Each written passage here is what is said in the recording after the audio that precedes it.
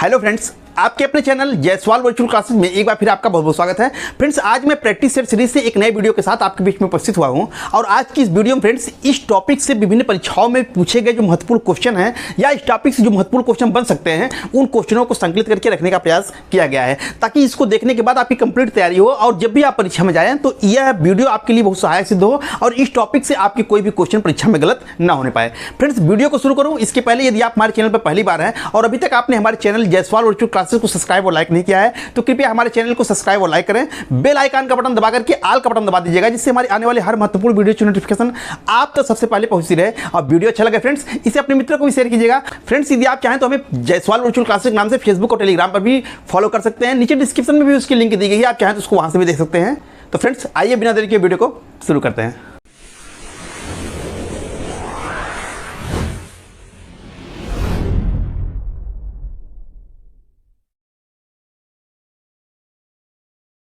तो फ्रेंड्स, यह मौलिक अधिकार पार्ट 2 का वीडियो है। इसके पहले मौलिक अधिकार पार्ट 1 का वीडियो आ चुका है। मौलिक अधिकार से मैंने बताया कि बहुत से क्वेश्चन बनते हैं, सारे क्वेश्चनों को एक पार्ट में समाहित करना संभव नहीं था, वीडियो बहुत लंबा हो जाता। इसको दृष्टि में रखते हुए 2 पार्ट में यह वीडियो बनाया गया था। तो यदि आपने मौलिक अधिकार पार्ट 1 का वीडियो नहीं देखा है तो उसको पहले देख लीजिएगा, इसके बाद इस वीडियो को देखिएगा। दोनों वीडियो यदि आप देख लेंगे तो यह मेरा विश्वास है कि इससे आपके कोई भी क्वेश्चन मिस नहीं होंगे। तो वीडियो को शुरू करते हैं फ्रेंड्स। क्वेश्चन नंबर 1 है कि मूल अधिकारों का सर्वप्रथम विकास कहाँ हुआ था? ब्रिटेन में, अमेरिका में, चीन में या फ्रांस में? तो फ्रेंड्स देखिए, इसका उत्तर हो जाएगा ए, ब्रिटेन में। मूल अधिकारों का फ्रेंड्स सबसे पहले विकास जो है वो ब्रिटेन में हुआ था। ब्रिटिश सम्राट जो जॉन द्वारा जो है जब वहाँ के नागरिकों ने अधिकारों की डिमांड की तो वहाँ के जो सम्राट थे जॉन ने उन्होंने 1215 ईस्वी में एक हस्ताक्षरित अधिकार पत्र, जिसको कि मूल अधिकार संबंधी प्रथम लिखित दस्तावेज कहा जाता है, उस पर साइन किया था। तो जिसको हम मैग्ना कार्टा के नाम से भी जानते हैं। तो मूल अधिकारों का यदि पूछे कि सर्वप्रथम विकास कहाँ हुआ था तो ब्रिटेन में। अगर प्रश्न ये पूछे कि किस देश के संविधान में सबसे पहले मूल अधिकारों का समावेश किया गया तो हमारा उत्तर बदल जाएगा, हो जाएगा अमेरिका। तो यहाँ प्रश्न पूछ रहा है कि मूल अधिकारों का सर्वप्रथम विकास कहाँ हुआ था? ब्रिटेन में हुआ था। क्वेश्चन नंबर 1 का ए सही है। क्वेश्चन नंबर 2 है फ्रेंड्स कि ब्रिटिश नागरिकों को सर्वप्रथम लिखित रूप में मूल अधिकार प्रदान करने वाला दस्तावेज का नाम क्या था? नागरिक बिल, कॉमन राइट्स, अधिकार पत्र या मैग्ना कार्टा या उपरोक्त में से कोई नहीं? तो फ्रेंड्स देखिए, हमारा उत्तर हो जाएगा सी, अधिकार पत्र या मैग्ना कार्टा। अभी ऊपर चर्चा हुई फ्रेंड्स, मैंने कहा कि 1215 ईस्वी में ब्रिटेन के जो सम्राट थे जॉन ने जिस अधिकार पत्र पर साइन किए उसको हिंदी में अधिकार पत्र के नाम से और अंग्रेजी में मैग्ना कार्टा के नाम से जाना जाता है। तो ब्रिटिश नागरिकों को सर्वप्रथम लिखित रूप में मूल अधिकार प्रदान करने वाला जो दस्तावेज था वो अधिकार पत्र या मैग्ना कार्टा था। तो क्वेश्चन नंबर 2 का सी, अधिकार पत्र या मैग्ना कार्टा सही होगा।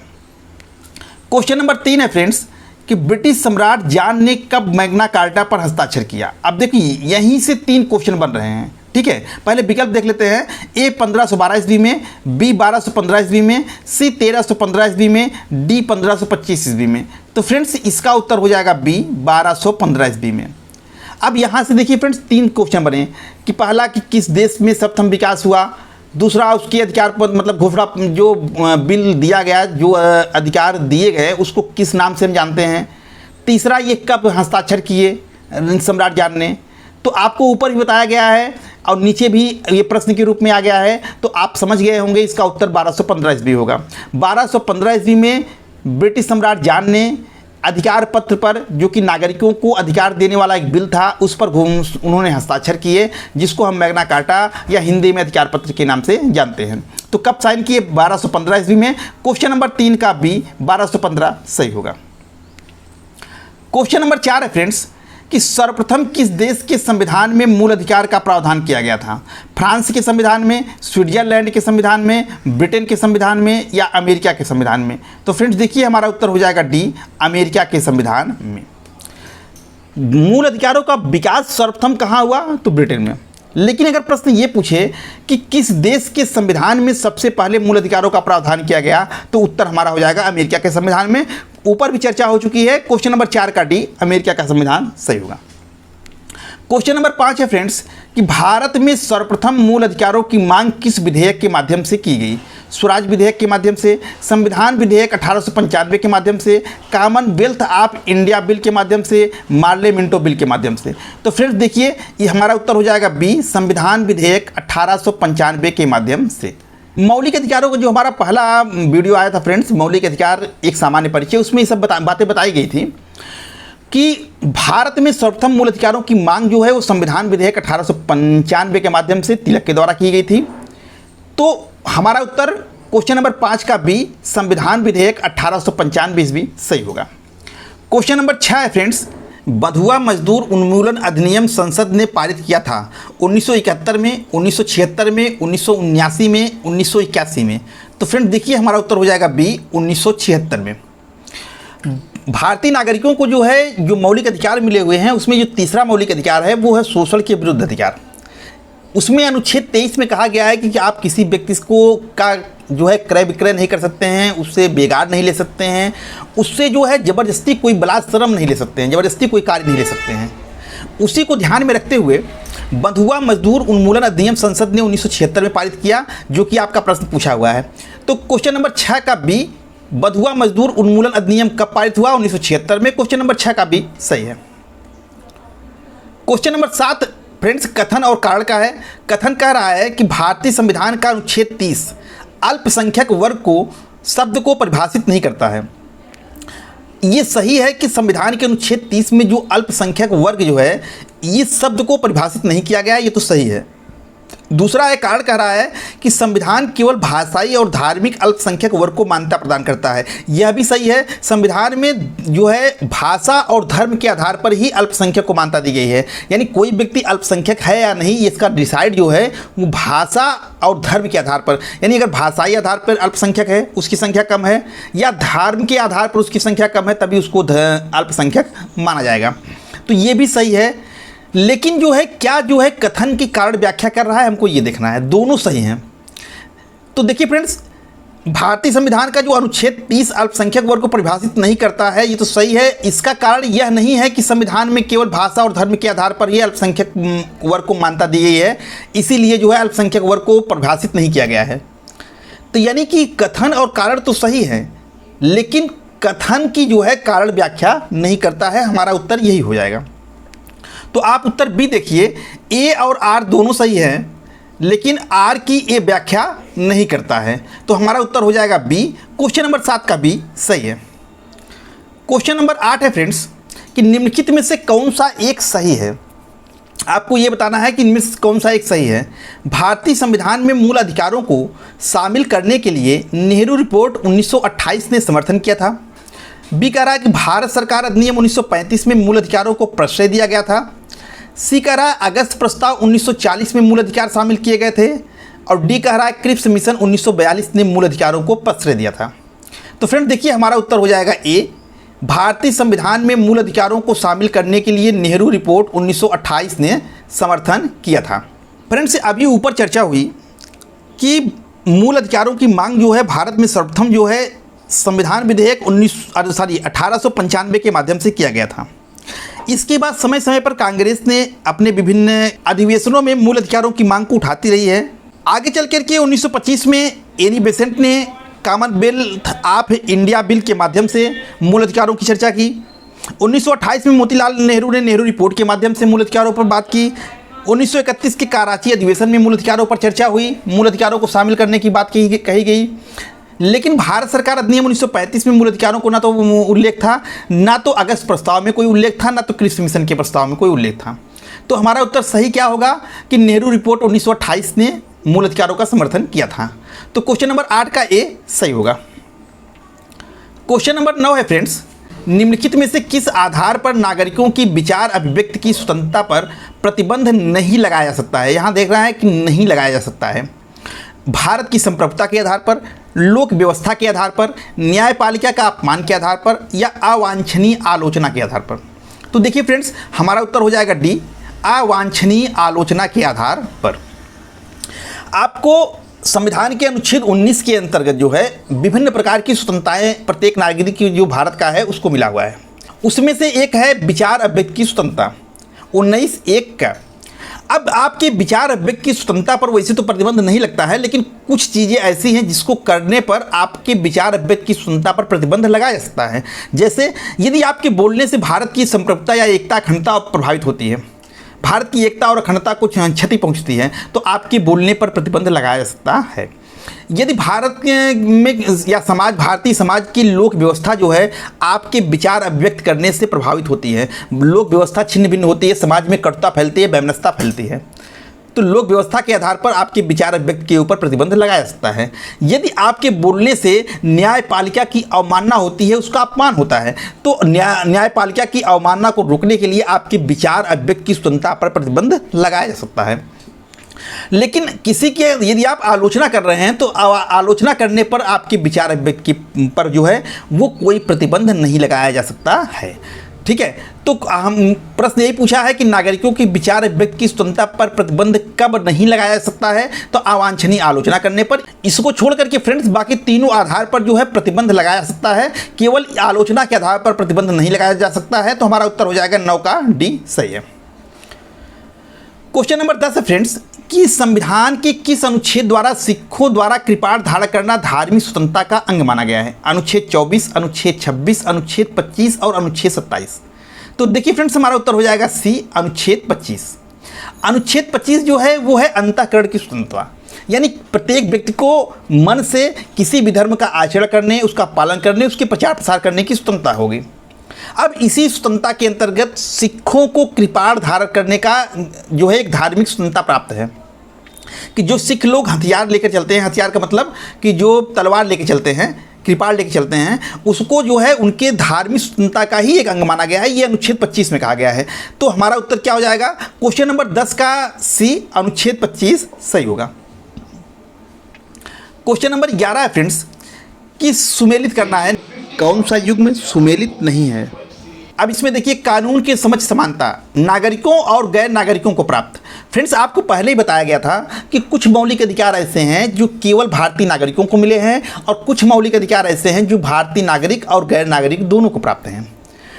तो अनुच्छेद 15, 16, 19, 29 और 30 ये 5 अनुच्छेदों के अंतर्गत प्राप्त जो है मौलिक अधिकार ऐसे अधिकार हैं जो भारतीय नागरिक को ही प्राप्त हैं, गैर नागरिकों को प्राप्त नहीं हैं। इसको छोड़ करके बाकी सभी मौलिक अधिकार नागरिक और गैर नागरिक दोनों को प्राप्त हैं। ठीक है, अगर इतना जानते हैं तो फिर आपको ये हो जाएगा।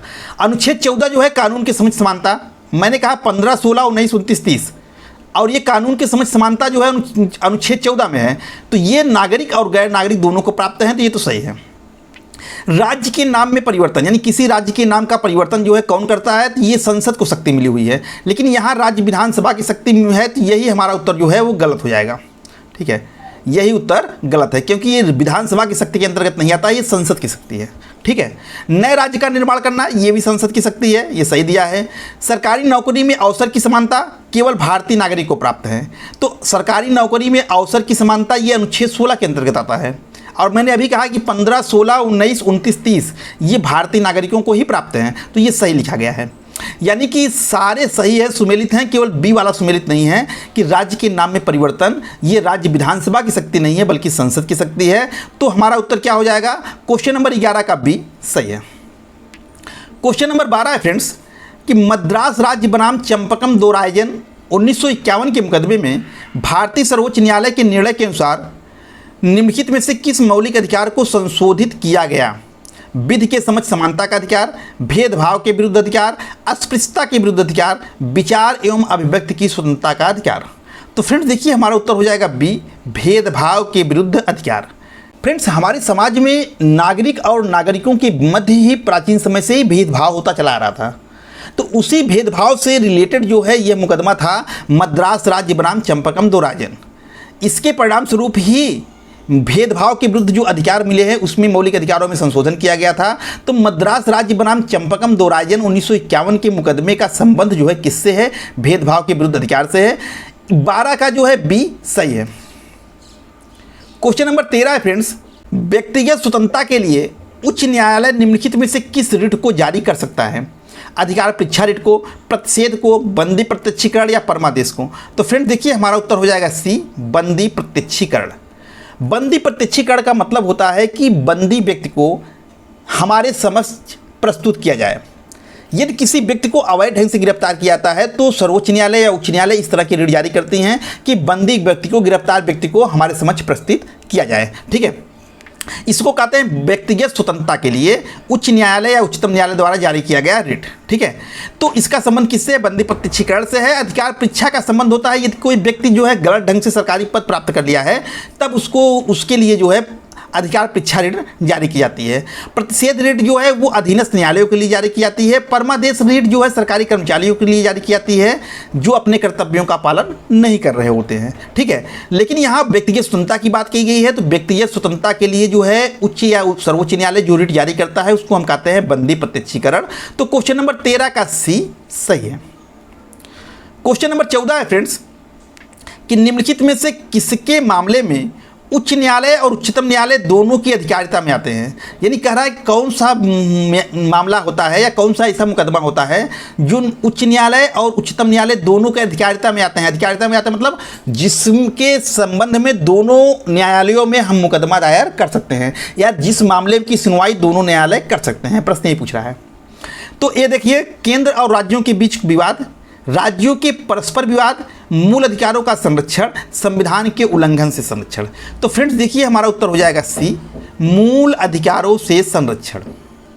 यदि कोई भी व्यक्ति, संस्था या सरकार आपके मौलिक अधिकारों का उल्लंघन करती है तो उससे बचाव के लिए आप जो है सीधे चाहे तो उच्च न्यायालय में या उच्चतम न्यायालय में, दोनों में से जिसमें आप चाहें उसकी शरण में जा सकते हैं। दोनों न्यायालय आपके अधिकारों की रक्षा करने के लिए प्रतिबद्ध हैं। ठीक है, तो मूल अधिकारों से संबंधित कोई विवाद होता है तो ये दोनों न्यायालयों के अधिकारिता क्षेत्र में आता है।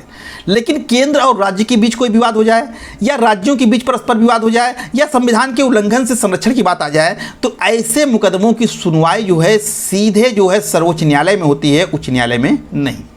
तो यहाँ दोनों की बात कही है तो हमारा उत्तर हो जाएगा सी। क्वेश्चन नंबर 14 का सी सही है। क्वेश्चन नंबर 15 है फ्रेंड्स कि भारतीय संविधान का कौन सा अनुच्छेद व्यक्ति के विदेश यात्रा के अधिकार को संरक्षण प्रदान करता है? अनुच्छेद 19, अनुच्छेद 21, अनुच्छेद 14 या इनमें से कोई नहीं? तो फ्रेंड्स देखिए हमारा उत्तर हो जाएगा बी, अनुच्छेद 21।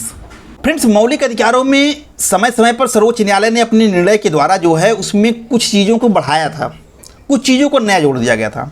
जैसे आप पढ़े होंगे कि अनुच्छेद 21 में प्राण एवं दैहिक स्वतंत्रता का उल्लेख है, लेकिन मेनका गांधी बनाम भारत संघवाद में सर्वोच्च न्यायालय ने विदेश जाने का अधिकार को भी, विदेश यात्रा करने के अधिकार को भी व्यक्ति का मौलिक अधिकार माना है और इसको अनुच्छेद 21 के तहत माना। तो यही प्रश्न पूछ रहा है यहाँ पर कि भारतीय संविधान का कौन सा अनुच्छेद व्यक्ति के विदेश यात्रा के अधिकार को संरक्षण प्रदान करता है? तो अनुच्छेद 21 प्रदान करता है। तो हमारा उत्तर हो जाएगा 15 का बी सही है। क्वेश्चन नंबर 16 है फ्रेंड्स कि भारत के संविधान में शोषण के विरुद्ध अधिकार द्वारा निम्नलिखित में से कौन से परिकल्पित हैं? यानी शोषण के विरुद्ध जो हमको अधिकार मिला है अनुच्छेद 23 और 24 में, उसमें क्या क्या बातों का उल्लेख किया गया है? ठीक है, पहला है कि मानव देह का व्यापार और बंधुआ मजदूरी, बेगारी का निषेध, ये सही है, अनुच्छेद 23 में कहा गया है। अस्पृश्यता का उन्मूलन, ये नहीं है, अस्पृश्यता का उन्मूलन जो है इसका उल्लेख जो है वो नहीं किया गया है। ठीक है, अस्पृश्यता का उन्मूलन का उल्लेख जो है ये हमारे पहला जो मौलिक अधिकार मिलता है समानता का अधिकार, उसमें उसके अंतर्गत जो है अनुच्छेद 17 में किया गया है। अल्पसंख्यक के हितों की सुरक्षा, इसका भी उल्लेख जो है वो आपका 5वां जो मौलिक अधिकार है उसके अंतर्गत अनुच्छेद 29 में किया गया है। और कारखानों और खदानों में बच्चों के नियोजन का निषेध, तो ये जो है आपके शोषण के विरुद्ध अधिकारों के अंतर्गत आता है। अनुच्छेद 24 जो है उसमें जो है कहा गया है कि 14 साल से कम उम्र के बच्चों को जो जोखिम भरे काम है जैसे कारखाना हुआ या खदान हुआ, ऐसे में काम करने पर बच्चों को काम करने पर प्रतिषेध किया गया है, मनाही किया गया है। ठीक है, तो आपको दूसरा और तीसरा ये जो है शोषण के विरुद्ध अधिकार के अंतर्गत शामिल नहीं है। तो शामिल क्या है? पहला और चौथा है। प्रश्न यही पूछ रहा है कि भारत के संविधान में शोषण के विरुद्ध अधिकार द्वारा कौन कौन सी चीज़ें शामिल हैं, कौन कौन सी चीज़ परिकल्पित है? तो पहला और चौथा जो है ये शोषण के अधिकार के अंतर्गत आते हैं, इसको छोड़ करके दूसरा तीसरा नहीं आते हैं। तो हमारा उत्तर 1 और 4 हो जाएगा। तो देखिए कूट में 1 और 4 कहाँ दिया है? तो सी, देखिए सी में दिया है केवल 1 और 4, तो यही हमारा उत्तर हो जाएगा। ठीक है, क्वेश्चन नंबर 16 का सी सही है। क्वेश्चन नंबर 17 है फ्रेंड्स कि निवारक निरोध अधिनियम या प्रत्यक्ष बंदीकरण अधिनियम भी आप कह सकते हैं इसको, इसके अंतर्गत एक व्यक्ति को बिना मुकदमा चलाए बंदी बनाया जा सकता है 1 माह के लिए, 3 माह के लिए, 9 माह के लिए, 6 माह के लिए। तो फ्रेंड्स देखिए हमारा उत्तर हो जाएगा बी, 3 माह के लिए। जब पढ़ाया गया था तब भी बताया गया था कि यदि किसी व्यक्ति को निवारक निरोध अधिनियम के अंतर्गत 3 माह तक उसको बिना कोई मुकदमा चलाए उसको गिरफ्तार या निरोध में रखा जा सकता है, बंदी बना के रखा जा सकता है, या 3 माह के बाद तभी नज़रबंद कर सकते हैं जब सलाहकार परिषद इसके संबंध में सिफारिश कर दे। ठीक है, तो क्वेश्चन नंबर 17 का बी, 3 माह सही होगा। क्वेश्चन नंबर 18 है फ्रेंड्स कि बंदी बनाए गए व्यक्ति के मौलिक अधिकारों की रक्षा किस अनुच्छेद से प्रदत्त है? अनुच्छेद 17 से, अनुच्छेद 22 से, अनुच्छेद 15 से या अनुच्छेद 21 से? तो फ्रेंड्स देखिए हमारा उत्तर हो जाएगा बी, अनुच्छेद 22 से। तो भारतीय संविधान के अनुच्छेद 22 के अंतर्गत फ्रेंड्स बंदी बनाए गए व्यक्ति के संबंध में और निवारक निरोध के संबंध में प्रावधान किया गया है कि बंदी जो बनाया गया जो किसी व्यक्ति को यदि गिरफ्तार किया जाता है तो उसको क्या मौलिक अधिकार प्राप्त है, जैसे उसको 24 घंटे के अंदर निकटतम मजिस्ट्रेट के सामने पुलिस को प्रस्तुत करना पड़ेगा। तो इस टाइप के उसकी जो मौलिक अधिकार है इसकी चर्चा जो है वो संविधान के अनुच्छेद 22 में की गई है। प्रश्न वही पूछ रहा है कि बंदी बनाए गए व्यक्ति के मौलिक अधिकारों की रक्षा जो है किस अनुच्छेद से प्रदत्त है? तो अनुच्छेद 22 से है। क्वेश्चन नंबर 18 का बी सही है। क्वेश्चन नंबर 19 है फ्रेंड्स कि भारतीय संविधान के निम्नलिखित अनुच्छेदों में से कौन जो है भिन्न वर्ग में आता है? तो अनुच्छेद 14, 15, 16, 19। तो फ्रेंड्स आप इसको समझ गए होंगे, बहुत सिंपल क्वेश्चन है। अनुच्छेद 19 अब ये कैसे होगा? तो देखिए अनुच्छेद 14, 15, 16 ये तीनों जो है समानता का जो अधिकार है, मौलिक अधिकारों को जो है 6 कैटेगरी में बांटा गया है, 6 प्रकार के मौलिक अधिकार मिले हुए हैं, जिसमें से पहला मौलिक अधिकार समानता का अधिकार है। समानता के अधिकार के अंतर्गत 14, 15, 16 आते हैं। ठीक है, जबकि अनुच्छेद 19 जो है वो स्वतंत्रता के अधिकार के अंतर्गत आता है। तो इसमें सबसे अलग क्या है? अनुच्छेद 19 है। क्वेश्चन नंबर 19 का डी, अनुच्छेद 19 सही है। क्वेश्चन नंबर 20 फ्रेंड्स कथन और कारण का है। कथन कह रहा है कि संविधान के अनुच्छेद 32 को डॉक्टर अंबेडकर ने इसकी आत्मा कहा है। कारण कह रहा है कि अनुच्छेद 32 मौलिक अधिकारों के अतिक्रमण के विरुद्ध प्रभावी उपचार का प्रावधान करता है। अब देखिए फ्रेंड्स अनुच्छेद 32 जो है इसलिए बहुत इंपॉर्टेंट है क्योंकि यदि कोई व्यक्ति हमारे मौलिक अधिकारों का अतिक्रमण करता है या उल्लंघन करता है तो उसके विरुद्ध हम न्यायालय की शरण में जा सकते हैं और न्यायालय हमारे अधिकारों की रक्षा करेगा, उसके लिए वो रिट जारी करेगा। तो इसका महत्व इसलिए है क्योंकि यदि ये अधिकार नहीं रहे तो अन्य सारे अधिकार जो आपको 5 मिले हुए हैं वो शून्य हो जाएंगे। इसीलिए डॉक्टर भीमराव अंबेडकर ने अनुच्छेद 32 को संविधान की आत्मा कहा। तो कथन और कारण दोनों सही हैं और कथन की कारण व्याख्या करता है तो हमारा उत्तर हो जाएगा ए आर दोनों सही हैं और आर का जो है आर सही स्पष्टीकरण है ए का। ठीक है, तो क्वेश्चन नंबर 20 का ए आर दोनों सही हैं और व्याख्या भी करता है, सही है। क्वेश्चन नंबर 21 है फ्रेंड्स कि निमो डिबेट विश्वेश्वरी का सिद्धांत किससे संबंधित है? कार्योत्तर विधि से संरक्षण के सिद्धांत से, दोहरे संकट दंड के सिद्धांत से, आत्म अभिसंचन के सिद्धांत से या सीमित मात्रा में गिरफ्तारी और निरोध से? तो फ्रेंड्स देखिए हमारा उत्तर हो जाएगा बी, दोहरे संकट या दंड के सिद्धांत से। फ्रेंड्स निमो डिबेट विस बेक्सारी प्रो उना एट एडम कासाकी, यह जो है फ्रेंड्स एक कहावत है जिसकी उत्पत्ति जो है रोम के पुराने प्रशासनिक कानूनों से मानी जाती है। लैटिन भाषा में इस शब्द का अर्थ होता है कि किसी को भी एक कार्य के लिए 2 बार परेशान नहीं होना चाहिए या किसी को भी एक कार्य के लिए 2 बार परेशान नहीं किया जाना चाहिए। अब मिलाइए इसका संबंध किससे होगा? दोहरे दंड का सिद्धांत जो है जब आपको अनुच्छेद 20 पढ़ाया गया था स्वतंत्रता के अंतर्गत तो आपको इसमें बताया गया था दोष सिद्धि से संरक्षण के अंतर्गत कि किसी व्यक्ति को एक अपराध के लिए एक ही बार दंड दिया जाएगा, उसको 2 बार या अधिक बार दंड नहीं दिया जा सकता है। और वही चीज़ निमो डिबेट विस वेक्सरी जो कहावत है वो भी कह रही है कि किसी व्यक्ति को एक ही कार्य के लिए एक बार परेशान से ज़्यादा, एक बार से ज़्यादा या 2 बार परेशान नहीं किया जा सकता है।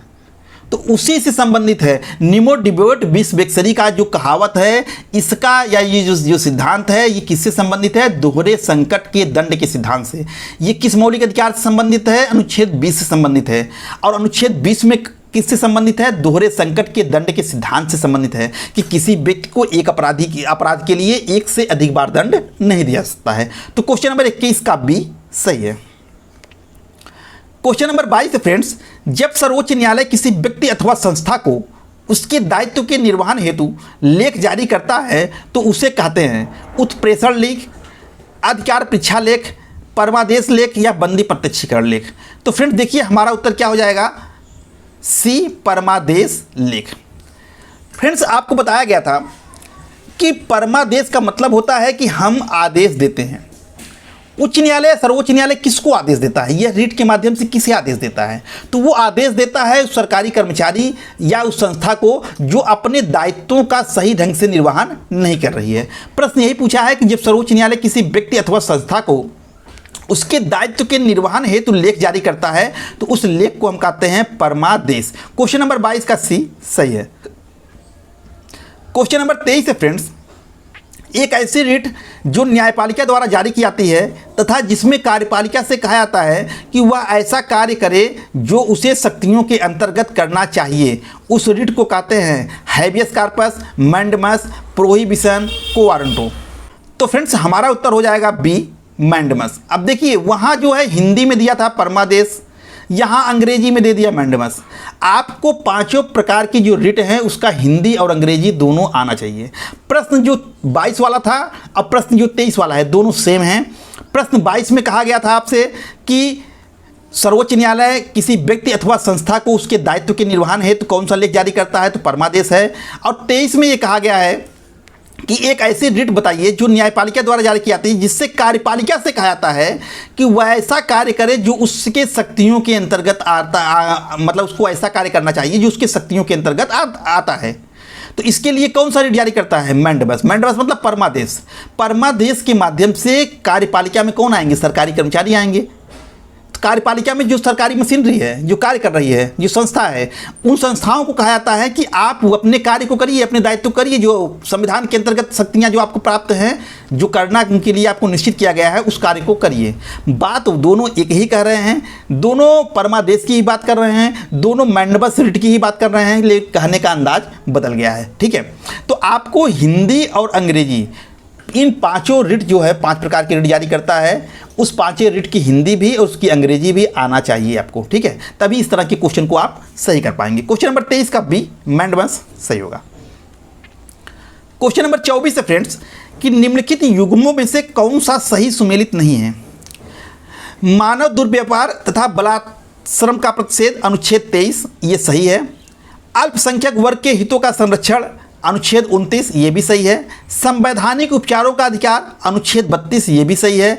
शिक्षा संस्थाओं की स्थापना तथा प्रशासन करने का अल्पसंख्यक वर्गों का अधिकार अनुच्छेद 31 यही गलत है फ्रेंड्स।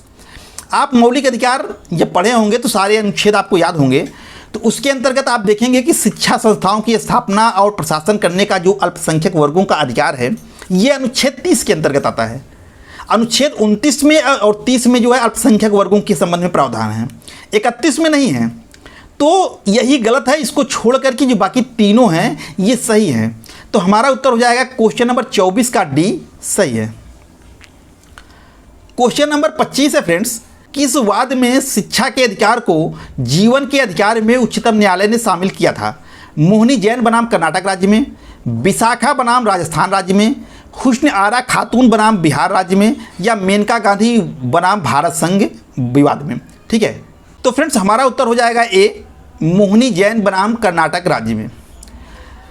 शिक्षा का अधिकार जो है वो इसका उल्लेख जो है भारतीय संविधान के अनुच्छेद 21 में किया गया है, जहां प्राण एवं दैहिक स्वतंत्रता की चर्चा की गई है कि आपको जीवित रहने का अधिकार है, आपको गरिमापूर्ण ढंग से जीवन जीने का अधिकार है।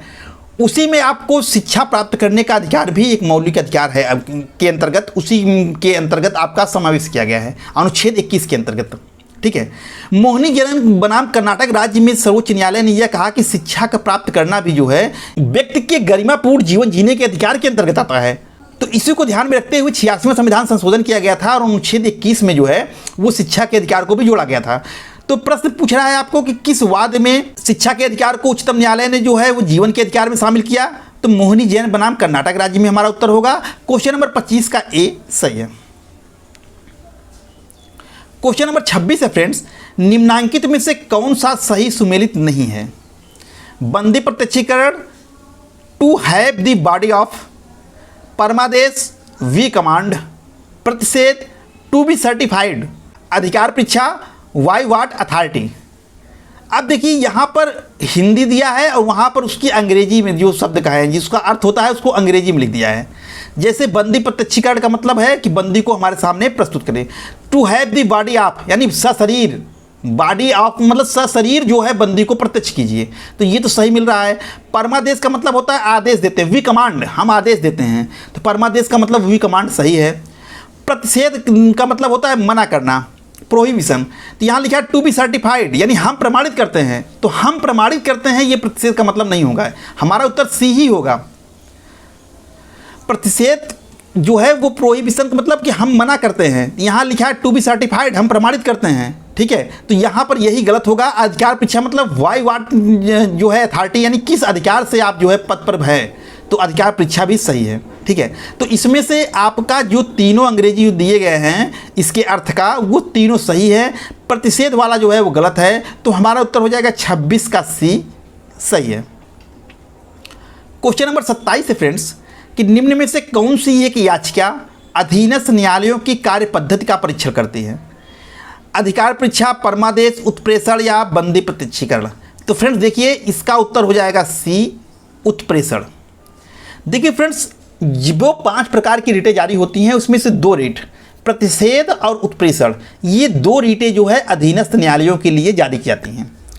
प्रतिषेध रीट तब जारी की जाती है जब अधीनस्थ न्यायालयों में कोई मामला विचाराधीन है, केस चल रहा है और न्यायालय अपने अधिकारिता क्षेत्र के बाहर जाकर मुकदमे की सुनवाई कर रही है, तो उसको तुरंत रोक दिया जाता है कि आप मुकदमे की सुनवाई मत कीजिए।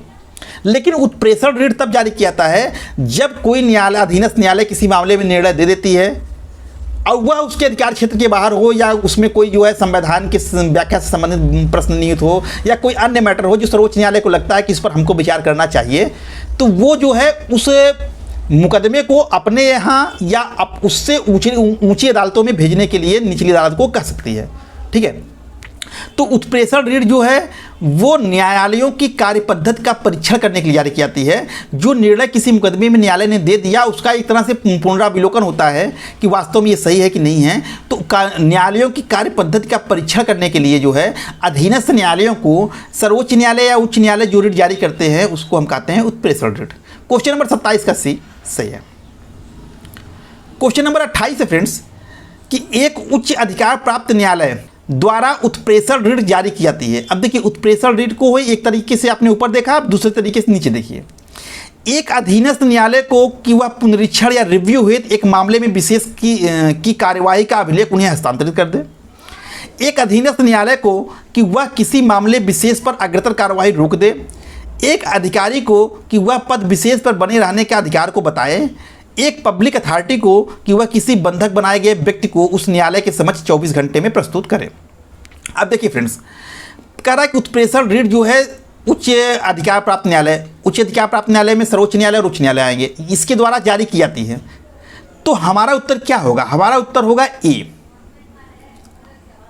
कि एक अधीनस्थ न्यायालय को उत्प्रेषण रीट जारी की जाती है जब वह रिव्यू हेतु एक मामले के विशेष कार्यवाही का अभिलेख उन्हें हस्तांतरित कर दे, इसके लिए कहा जाता है। यानी कि मैंने अभी ऊपर बताया कि उत्प्रेषण रीट किसी अधीनस्थ न्यायालय को तब जारी की जाती है जब वो किसी मामले में सुनवाई कर चुका होता है। अब सर्वोच्च उसमें लगता है कि उसमें कोई त्रुटि हो गई है या उसके अधिकार क्षेत्र के बाहर है या उसमें कोई ऐसी संवैधानिक व्याख्या संबंधी प्रश्न है जिस पर कि विचार करना उस पर जरूरी है, तो सर्वोच्च न्यायालय या उच्च न्यायालय उस मुकदमे को ऊपरी अदालत में भेजने के लिए निचली अदालत को कह सकता है या अपने यहाँ मंगवा सकता है। तो वही यहाँ लिखा है कि एक अधीनस्थ न्यायालय को पुनरीक्षण हेतु मामले में विशेष कार्रवाई का अभिलेख उन्हें हस्तांतरित कर दे, यानी कि उस मुकदमे को उससे ऊपर की अदालत में भेज दें। अब वो ऊपर की अदालत उच्च न्यायालय भी हो सकती है या सर्वोच्च न्यायालय भी हो सकती है, तो कहीं भी भेजने के लिए वो उसको कर सकता है, ठीक है। इसीलिए उत्प्रेषण की रीट जारी की जाती है। अधीनस्थ न्यायालय को किसी मामले में विशेष में अग्रतर कार्यवाही रोक दे, इसके लिए प्रतिषेध रीट जारी की जाती है। एक अधिकारी को कि वह पद पर बने रहने का अधिकार बताए कि वह किस अधिकार से अपने पद पर बना हुआ है, तो इसके लिए अधिकार परीक्षा रीट जारी की जाती है। और एक पब्लिक अथॉरिटी को कि वह किसी बंधक बनाए गए व्यक्ति को उस न्यायालय के समक्ष 24 घंटे में प्रस्तुत करे, इसके लिए जो है बंदी प्रत्यक्षीकरण जारी की जाती है। ठीक है, तो हमारा उत्तर क्या हो जाएगा? 28 का ए सही है। क्वेश्चन नंबर 29 है फ्रेंड्स कि निम्नलिखित में से कौन एक रीट न्यायालय में कार्यवाही लंबित होने की दशा में लागू की जाती है? परमादेश, उत्प्रेषण, प्रतिषेध या प्रोहिबिशन या अधिकार परीक्षा। तो फ्रेंड देखिए, आप समझ गए होंगे, इसका उत्तर हो जाएगा सी, प्रतिषेध या प्रोहिबिशन। यानी कि कौन सा रिट है जो न्यायालय में कार्यवाही लंबित यानी मुकदमा की सुनवाई हो रही है तभी जारी की जा सकती है। तो मैंने बताया कि प्रतिषेध रिट मुकदमे की सुनवाई के दौरान जारी होती है और उत्प्रेषण रिट मुकदमे की सुनवाई के बाद में जारी होती है। दोनों में अंतर यही है। तो यहाँ पर कार्यवाही लंबित होने की दशा में कौन जारी होगा? तो प्रतिषेध या प्रोहिबिशन अंग्रेजी में कहते हैं इसको। क्वेश्चन नंबर 29 का सी सही है। क्वेश्चन नंबर 30 है फ्रेंड्स कि रिक्त स्थानों की पूर्ति कीजिए। आगे सामने डॉट डॉट दिया है, उसके बाद लिखा है कि बिना कर्तव्य के उसी प्रकार है जैसे मनुष्य बिना परछाई के। तो क्या होगा? विश्वास बिना कर्तव्य के, अधिकार बिना कर्तव्य के, नैतिकता बिना कर्तव्य के या कार्य बिना कर्तव्य के। तो हमारा उत्तर क्या हो जाएगा? आप समझ गए होंगे, बी अधिकार।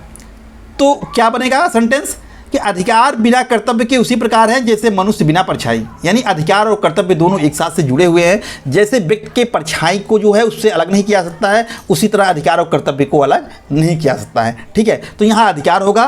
क्वेश्चन नंबर 30 का बी अधिकार सही है। क्वेश्चन नंबर 31 है फ्रेंड्स, कथन और कारण का है। कथन कह रहा है कि सामाजिक, आर्थिक एवं राजनीतिक क्षेत्रों में समान आधार निर्मित करने के उद्देश्य से राज्य जो है असमान लोगों के लिए भिन्न व्यवहार कर सकता है। और दूसरा कारण कह रहा है कि समान लोगों में विधि समान होगी और समान रूप से प्रशासित की जाएगी। देखिए फ्रेंड्स, पहला कह रहा है कि सामाजिक, आर्थिक और राजनीतिक क्षेत्र में समान आधार निर्मित करने के लिए उद्देश्य से राज्य असमान लोगों के लिए भिन्न व्यवहार कर सकता है। कह रहा है कि चूँकि समाज में विभिन्न व्यक्ति विभिन्न स्थितियों में रहते हैं, कोई बड़ा है, कोई छोटा है, कोई निर्धन है, कोई अमीर है, कोई मजदूर है, कोई व्यापारी है, तो जो समाज के निचले लोग हैं उनको समाज के उठाने के लिए, उनको समाज की मुख्य धारा में लाने के लिए राज्य जो है वो अन्य व्यक्तियों की अपेक्षा उनके साथ कुछ अलग व्यवहार कर सकता है। वही चीज़ यहाँ लिखा है कि सामाजिक, आर्थिक एवं राजनीतिक क्षेत्रों में समान आधार निर्मित करने के लिए राज्य जो असमान लोगों से के लिए भिन्न व्यवहार कर सकता है। ठीक है, जो विभिन्न प्रकार के असमान व्यक्ति हैं, चाहे वो निचला तबका हो चाहे कोई भी हो, उसके लिए कुछ विशेष सुविधाएं दे सकते हैं। ठीक है, लेकिन वो समान लोगों को विशेष सुविधाएं नहीं दे सकते हैं। जैसे एक ही स्तर अगर दोनों लोगों का है तो ऐसा नहीं कि उसमें भेदभाव नहीं होगा, असमान लोगों के साथ भेदभाव हो सकता है उनको ऊपर उठाने के लिए, लेकिन समान लोगों में भेदभाव नहीं होगा। ठीक है, समान लोगों में विधि समान होगी और समान रूप से प्रशासित की जाएगी। देखिए यहाँ लिखा भी है नीचे कि समान लोग अगर हैं तो उनके साथ समान व्यवहार होगा। एक ही उनकी अगर आर्थिक, सामाजिक और राजनीतिक स्थिति है और सब बराबर है दोनों तीनों की कसौटी पर, तो उनके साथ जो कानून बनेगा वो सबके लिए बराबर ही बनेगा। लेकिन अगर असमान है तो उनके साथ जो कानून बनेगा हो सकता है असमानों को कुछ ज़्यादा रियायत मिल जाए। जैसे आप देख सकते हैं कि हमारे यहाँ शैक्षिक रूप से आरक्षण जो प्राप्त है वो सामाजिक रूप से पिछड़े हुए, आर्थिक रूप से पिछड़े हुए जो लोग हैं, ऐसे सामाजिक और आर्थिक रूप से, ऐसे सामाजिक, आर्थिक और राजनीतिक रूप से पिछड़े हुए लोगों को दिया गया है ताकि समाज की मुख्य धारा में वो आ सकते हैं। तो उनके साथ कोई कहे कि अलग व्यवहार क्यों हो रहा है, तो इसीलिए हो रहा है कि असमान लोगों के साथ राज्य भिन्न व्यवहार कर सकता है, लेकिन समान लोगों को लिए समान व्यवहार होगी। तो दोनों सही है फ्रेंड्स, कथन और कारण तो दोनों सही हैं, लेकिन क्या कथन और कारण की व्याख्या करता है? तो हाँ कर रहा है, कथन की कारण व्याख्या कर रहा है। तो हमारा उत्तर हो जाएगा ए और आर दोनों सही हैं और आर ए का सही स्पष्टीकरण है। तो हमारा उत्तर हो जाएगा 31 का ए सही है। क्वेश्चन नंबर 32 है फ्रेंड्स कि किसी व्यक्ति को एक ही अपराध के लिए एक बार से अधिक अभियोजित और दंडित नहीं किया जाएगा। अपराधों के लिए दोष सिद्ध के संबंध में उपरोक्त संरक्षण किस अनुच्छेद के अंतर्गत दिए गए हैं? अभी आपको बताया गया कि एक व्यक्ति को यानी दोहरे दंड से संरक्षण, कि किसी व्यक्ति को एक अपराध के लिए एक ही बार दंड दिया जाएगा। प्रश्न पूछ रहा है कि यह किस अनुच्छेद में लिखा गया है, तो यह अनुच्छेद कौन सा है? आप समझ गए होंगे 19, 20, 21, 22। तो हमारा उत्तर क्या हो जाएगा? बी, अनुच्छेद 20 जो है दोष सिद्ध के संबंध में संरक्षण देता है। तो उत्तर क्या हो जाएगा? अनुच्छेद 20। क्वेश्चन नंबर 32 का बी, अनुच्छेद 20 सही है। क्वेश्चन नंबर 33 है फ्रेंड्स कि निम्नलिखित में से कौन सा एक मानव अधिकार भारतीय संविधान के अंतर्गत मौलिक अधिकार भी है? काम का अधिकार, संपत्ति का अधिकार, शिक्षा का अधिकार, मकान का अधिकार। तो फ्रेंड देखिए हमारा उत्तर हो जाएगा सी, शिक्षा का अधिकार। तो ये शिक्षा का अधिकार जो है ये एक मानव अधिकार है कि प्रत्येक व्यक्ति को जो है शिक्षा प्राप्त करना चाहिए, और इसको जो है बाद में आप देखेंगे भारतीय संविधान के अनुच्छेद 21 में जोड़ दिया गया है, अब ये मौलिक अधिकार भी बन गया है। तो क्वेश्चन नंबर 33 का सी, शिक्षा का अधिकार सही होगा। क्वेश्चन नंबर 34 है फ्रेंड्स कि निम्नलिखित कथनों में से कौन सा एक सही है। अधिकार नागरिकों के विरुद्ध राज्य के दावे हैं, ये तो गलत है। अधिकार जो है वो नागरिकों के विरुद्ध नहीं होते हैं, बल्कि अधिकार जो है राज्य के विरुद्ध जो है नागरिकों के दावे होते हैं। तो ये तो गलत लिखा गया है, नागरिक के विरुद्ध राज्य दावा नहीं कर सकता है, ये तो गलत है। अधिकार वे विशेषाधिकार हैं जो किसी राज्य के संविधान में समाविष्ट हैं। अब देखिए अधिकार जो है वो विशेषाधिकार है जो किसी राज्य के संविधान में समाविष्ट हैं। तो अगर किसी देश के संविधान में कोई चीज़ लिखा है तो वो अधिकार तो है ही। ये थोड़ा बहुत आंशिक रूप से सही लग रहा है। अगर यहाँ मौलिक अधिकार लिख दिया जाता तो और विशेष मतलब ये क्वेश्चन सही हो जाता है कि एक तरह के मौलिक अधिकार जो है विशेष अधिकार होते हैं जो किसी राज्य के संविधान में समाविष्ट है। यहाँ अधिकार लिखा है थोड़ा सा, इसीलिए कुछ आंशिक रूप से हमको संदेह लग रहा है। आगे पढ़िए। अगला दिया है अधिकार राज्य के विरुद्ध नागरिक के दावे हैं, ये तो एकदम सही है। सी देखिए अधिकार जो है वो राज्य के विरुद्ध नागरिकों के दावे हैं, यानी अगर अधिकार आपको दिया गया है तो उसके लिए आप राज्य से लड़ाई लड़ सकते हैं कि हमको ये अधिकार मिला हुआ है, आप इसको क्यों छीन रहे हैं। क्योंकि राज्य ही किसी के अधिकार को कम करने का प्रयास करेगा, व्यक्ति करेगा तो राज्य उसको सजा दे देगा, लेकिन अगर राज्य छीन रहा है तब कौन सजा देगा। तो इसलिए जो है अधिकार जो है वो राज्य के विरुद्ध नागरिकों के दावे हैं। नागरिक दावा करता है कि हमको अधिकार चाहिए अपने विकास के लिए, किससे दावा करता है, ये राज्य से दावा करता है। तो अधिकार जो है वो राज्य के विरुद्ध जो है वो नागरिकों का दावा है। कि आप अधिकार जब पढ़ेंगे उसकी परिभाषा तो आप लिखेंगे अधिकार मतलब देखेंगे कि अधिकार की विशेषता में बताया जाता है कि अधिकार जो है वो व्यक्ति की मांग होती है। किससे मांगता है वो, राज्य से मांगता है कि हमको हमारे विकास के लिए हमको ये अधिकार चाहिए जी। और ये अधिकार जो है जो राज्य देता है वो सभी को समान रूप से देता है। तो अधिकार जो है वो राज्य के विरुद्ध जो है नागरिकों के दावे हैं, ये तो एकदम सही है। ठीक है। अधिकार अधिकांश लोगों के विरुद्ध कुछ नागरिकों के विशेषाधिकार हैं। तो अगर कुछ लोगों को विशेष अधिकार मिले हुए हैं, अन्य लोगों को नहीं मिले हुए हैं, तो उसको हम अधिकार कह ही नहीं सकते हैं। क्योंकि अधिकार अगर होगा तो उस देश में या किसी देश में रहने वाले समस्त नागरिकों को मिला होगा, न कि कुछ विशेष व्यक्तियों को। ठीक है। तो देखिए फ्रेंड्स बी में कुछ संदेह था, लेकिन अगर सी वाला विकल्प आप देखेंगे तो निश्चित रूप से स्पष्ट है कि हमारा उत्तर सी ही होगा, क्योंकि अधिकार राज्य के विरुद्ध नागरिकों के दावे हैं, इसमें कोई संदेह नहीं। ये कथन जो है एकदम सही है। ठीक है। तो क्वेश्चन नंबर 34 का सी सही है। क्वेश्चन नंबर 35 है फ्रेंड्स, सूची 1 को सूची 2 से सुमेलित कीजिए और नीचे दिए कोड की सहायता से अपने उत्तर का चयन कीजिए। देखिए सूची 1 और सूची 2 को। सूची 1 में दिया है उपाधियों का निषेध, धार्मिक मामलों के प्रबंध की स्वतंत्रता, अल्पसंख्यकों की भाषा का संरक्षण, शिक्षा का अधिकार। अब देखिए यहाँ पर अनुच्छेद दिए हुए हैं, अनुच्छेद 29, अनुच्छेद 21 का, अनुच्छेद 18, अनुच्छेद 26। तो फ्रेंड्स इस तरह के क्वेश्चन को सही होने के लिए ज़रूरी है कि आपको सारे मौलिक अधिकार के सारे अनुच्छेद जो है 12 से लेकर के 35 तक जितने भी हैं, जो भी इंपॉर्टेंट है, मतलब खासकर 32 तक तो एकदम 12 से लेकर के 32 तक ये आपको ज़बानी याद होने चाहिए। ठीक है। जैसे देखिए उपाधियों का निषेध जो है वो अनुच्छेद 18 में है, पहले का 3 हो गया। धार्मिक मामलों में प्रबंध की स्वतंत्रता ये अनुच्छेद 26 में है, यानी 3 और 4 हो गए। अल्पसंख्यक की भाषा का संरक्षण अनुच्छेद 29 में है, 3, 4, 1 हो गए। शिक्षा का अधिकार अनुच्छेद 21 का में है, 3, 4, 1, 2, 3, 4, 1, 2 ये पहला वाला देखिए आप, 3, 4, 1, 2। तो हमारा उत्तर हो जाएगा 3, 4, 1, 2, यानी क्वेश्चन नंबर 35 का ए सही है। क्वेश्चन नंबर 36 है फ्रेंड्स, भारत के संविधान का कौन सा अनुच्छेद अपनी पसंद के व्यक्ति से विवाह करने की किसी व्यक्ति के अधिकार को संरक्षण देता है। अनुच्छेद 19, अनुच्छेद 21, अनुच्छेद 25 या अनुच्छेद 29। तो फ्रेंड्स देखिए हमारा उत्तर हो जाएगा अनुच्छेद 21। अनुच्छेद 21 जो है एक तरह से व्यक्ति को निजता का अधिकार भी देता है कि प्रत्येक व्यक्ति को अपनी पसंद का जो है जीवन साथी प्राप्त करने का अधिकार है, कि वो किससे विवाह करना चाहता है, यह उसको एक तरह से अधिकार मिला हुआ है। ठीक है। यह जो है निजता का अधिकार जो है अनुच्छेद 21 के अंतर्गत आता है, और अपने मनपसंद व्यक्ति से विवाह करना जो है व्यक्ति का निजी अधिकार है, वो उसका फैसला है किससे शादी करना चाहता है, किससे नहीं करना चाहता है। तो ये किसके अंतर्गत आएगा, अनुच्छेद 21 के अंतर्गत आएगा। तो हमारा उत्तर क्या हो जाएगा, अनुच्छेद 21। तो क्वेश्चन नंबर 36 का बी अनुच्छेद 21 सही है। क्वेश्चन नंबर 37 है फ्रेंड्स, कि संविधान के अनुच्छेद 26 में धार्मिक कार्यों के प्रबंध की स्वतंत्रता का क्या प्रतिबंध लगाया गया है? लोक व्यवस्था के आधार पर, राष्ट्रीय सुरक्षा के आधार पर, शिक्षा के आधार पर, सदाचार के आधार पर, स्वास्थ्य के आधार पर या धर्मनिरपेक्षता के आधार पर।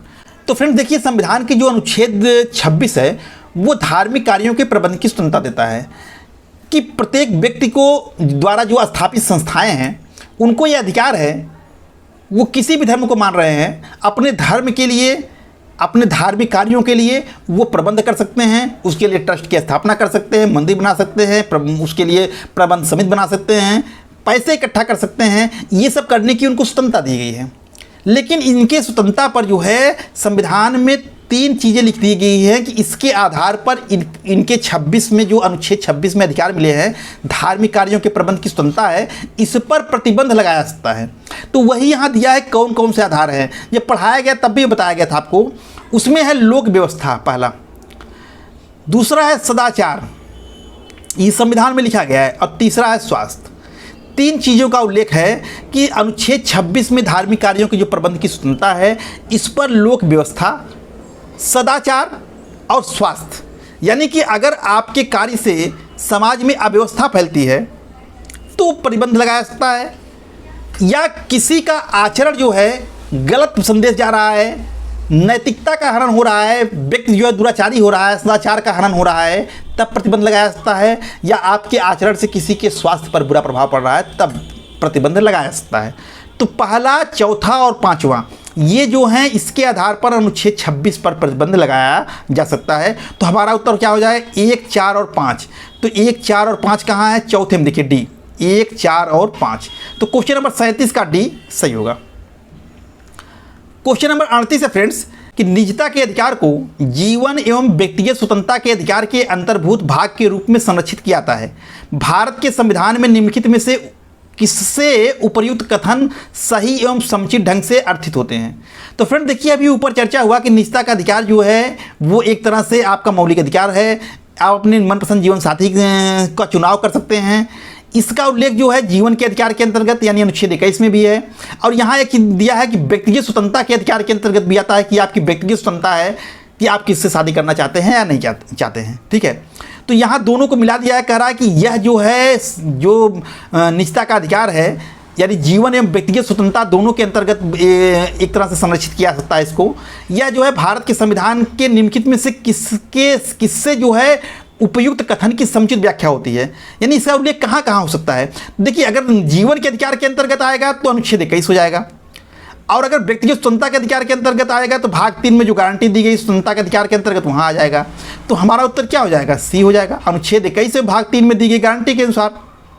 इसके अलावा अन्य विकल्प देखिए, अनुच्छेद 14 और 42वें संविधान संशोधन के अधीन, ये तो गलत हो जाएगा। अनुच्छेद 17 और भाग 4 में, ये भी गलत हो जाएगा। और डी वाला जो विकल्प दिया है अनुच्छेद 24 एवं संविधान के 44वें संविधान संशोधन के अधीन, तो ये भी गलत हो जाएगा।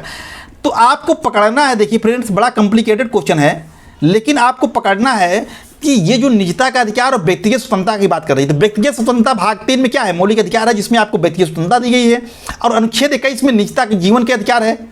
तो यहीं से आपको ये दोनों जो चीज़ें लिखी गई हैं, जीवन और व्यक्तिगत स्वतंत्रता वाला, यहीं से आप छांट लेंगे विकल्प के अनुसार, तो आपका बेस्ट उत्तर सी हो जाएगा, अनुच्छेद 21 एवं भाग 3 में गारंटी की गई स्वतंत्रताएं। तो फ्रेंड्स हमारा उत्तर क्या हो जाएगा? 38 का सी सही है। क्वेश्चन नंबर 39 है फ्रेंड्स, संविधान के किस अनुच्छेद में कानून का समान संरक्षण प्रावधानित है? अनुच्छेद 12, अनुच्छेद 14, अनुच्छेद 13 या अनुच्छेद 15 में? तो फ्रेंड्स देखिए, हमारा उत्तर क्या हो जाएगा? बी, अनुच्छेद 14। कानून के समक्ष समानता और कानून का समान संरक्षण, इन दोनों का उल्लेख जो है फ्रेंड्स वो भारतीय संविधान के अनुच्छेद 14 में है, और आपको पढ़ाया भी गया था, बताया भी गया था। तो वही प्रश्न पूछ रहा है कानून का समान संरक्षण ये कहाँ प्रावधानित है? तो अनुच्छेद 14 में है। क्वेश्चन नंबर 39 का भी सही है। क्वेश्चन नंबर 40 है फ्रेंड्स कि भारतीय संविधान के निम्नलिखित में से किस अनुच्छेद में यह व्यवस्था की गई है कि सभी अल्पसंख्यकों को अपनी रुचि के शिक्षण संस्थाओं की स्थापना व प्रशासन का अधिकार होगा? अनुच्छेद 28, अनुच्छेद 29, अनुच्छेद 30 या अनुच्छेद 31? तो फ्रेंड देखिए, हमारा उत्तर क्या हो जाएगा? अनुच्छेद 30। अनुच्छेद 29 में अल्पसंख्यकों के हितों के संरक्षण की बात कही गई है, और अनुच्छेद 30 में यह कहा गया है कि भारत में जो भाषाएं और धर्म के आधार पर अल्पसंख्यक हैं उनको अपनी रुचि की शिक्षण संस्था की स्थापना करने और उसके प्रशासन करने का अधिकार होगा। तो क्वेश्चन नंबर 40 का सी अनुच्छेद 30 सही है। क्वेश्चन नंबर 41 है फ्रेंड्स कि भारतीय संविधान के किस अनुच्छेद में विधि की सम्यक प्रक्रिया के सिद्धांत को शामिल किया गया है?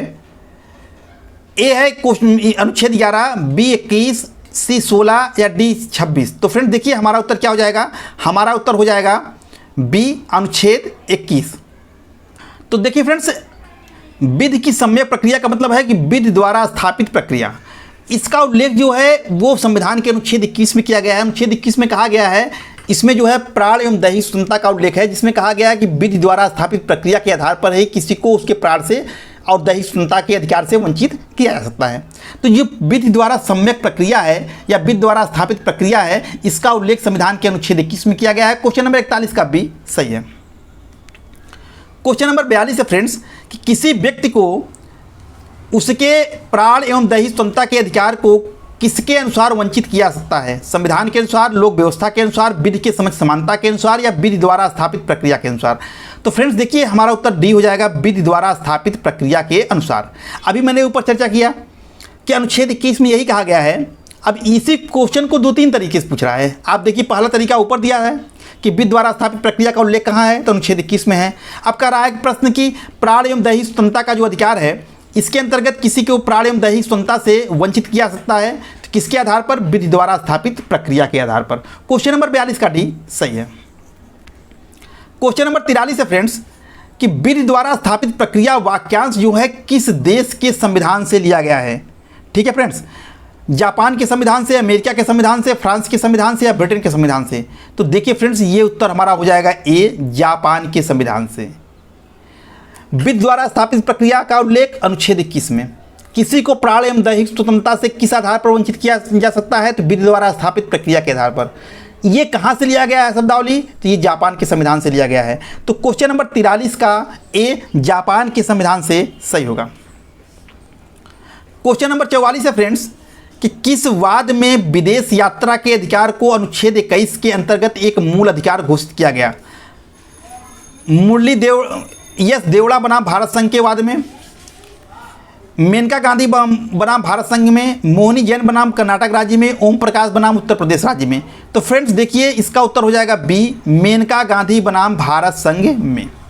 अभी ऊपर चर्चा हुआ था फ्रेंड्स कि विदेश यात्रा का अधिकार जो है वो अनुच्छेद 21 के अंतर्गत एक मूल अधिकार है, और इसका जो उल्लेख जो है, इसको जो सर्वोच्च न्यायालय ने जो घोषित किया था कि विदेश यात्रा भी एक तरह से व्यक्ति का मूल अधिकार है, यह मेनका गांधी बनाम भारत संघ में घोषित किया था। तो हमारा उत्तर क्या हो जाएगा? 44 का बी, मेनका गांधी बनाम भारत संघ सही होगा।